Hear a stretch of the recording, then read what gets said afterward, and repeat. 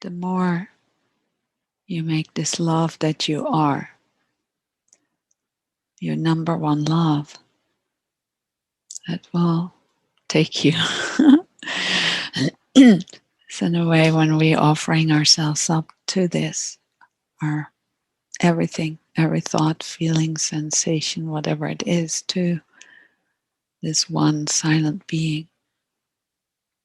This one silent being envelops you, takes you, informs you, whispers in your ears, kicks your body to move forward somewhere. And it's really very freeing because you don't have to think so much anymore. Doesn't mean thinking doesn't happen. It's a whole other level of movement of words will float out of you, or movement or life, which you have all experienced.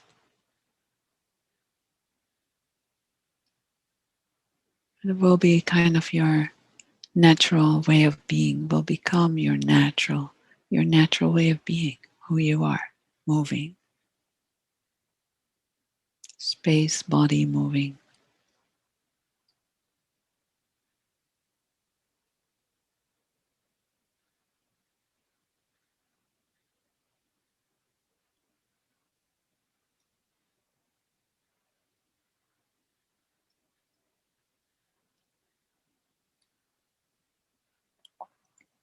So even when so-called big things happen in your life, there's something unwavering. Doesn't mean there will never be emotions anymore, or feelings or thoughts or whatever.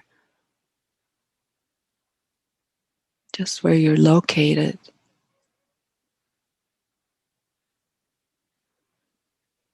is different, is home.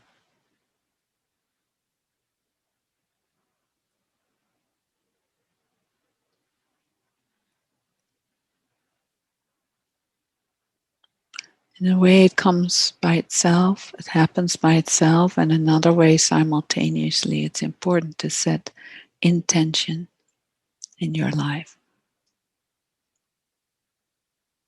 To practice, cultivate this one silent being that you are. So that is what is radiating as you, the brilliance that we all are. It's possible for all of us because it's what we are. And it takes tremendous courage to live this life as love and truth, or whatever it is for you. It takes really, really courage.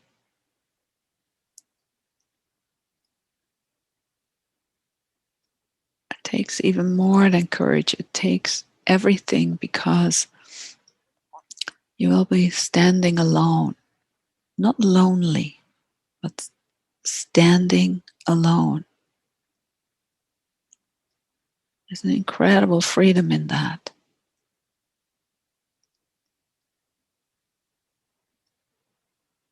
Because there comes forward a knowing from within that this is the truth as it wants to be lived here. And nobody can tell us. I mean, everybody can tell us. But we know here. And that's very powerful to stand alone in that way. For instance, when you hang out with a group of friends and you share your experience, that's completely different than everybody in this room.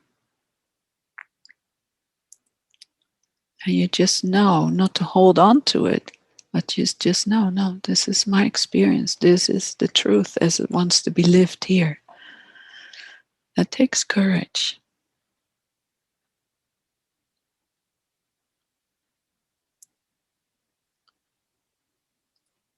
Every day.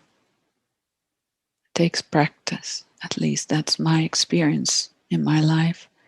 It takes practice to practice being myself. It's kind of funny, but it is. To stay true to our nature and unwavering. And some people may not be so happy with that. And some people will be very happy with that. Does not matter. It's just you're so much in love with who you are that what's left is love. Silent love that doesn't need confirmation, even though when confirmation happens, it's wonderful. It's being received. And that's what I have found of the great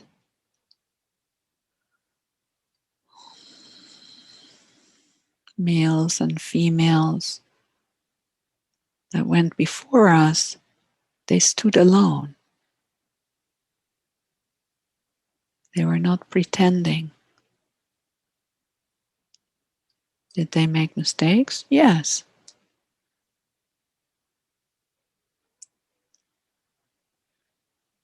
It takes courage.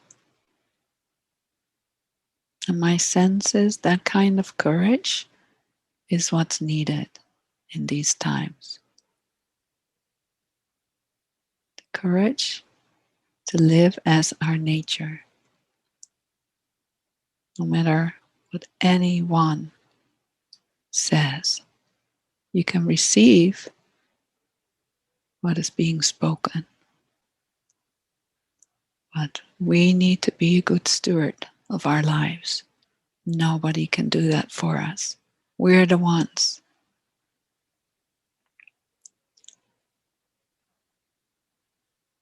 And that's pure being.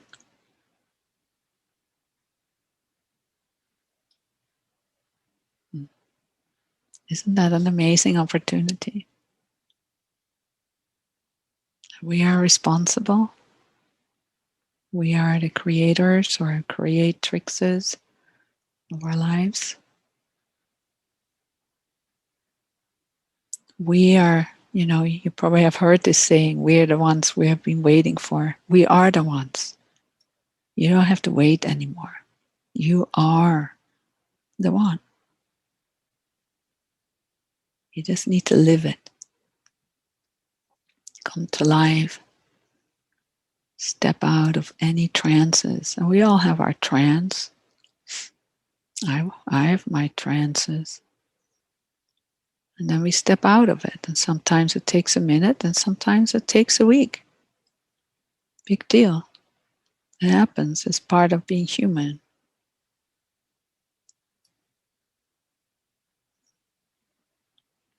Which bring forth a deep compassion. And when that courage and compassion comes together, it's fierce. Very, very fierce.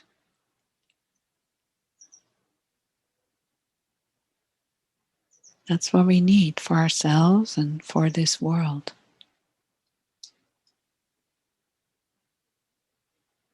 We are in a huge change, which is to me very exciting. And there's also a lot of hardship. We will all be affected, and perhaps we are already all being affected. You need this practice to fly through this with the deepest ease and courage. We need that trust of our nature, embodied, belichaamd,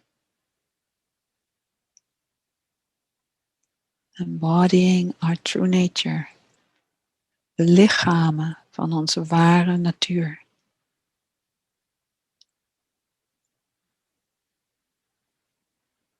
Don't leave yourself behind. You're number one. I call it healthy selfishness. Be healthy, selfish. Through that, you serve all.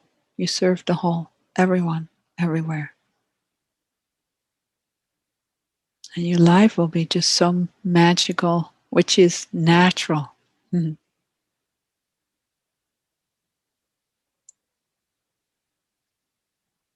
So take this opportunity this time around. So say, stay steady with kindness to yourself and others. It's a practice. So you will mess up. You don't have to worry about it. You will mess up. I mess up. We all mess up. And then how do we clean our mess? That's how you can see how awake you are, how fierce and kind you are with yourself and others.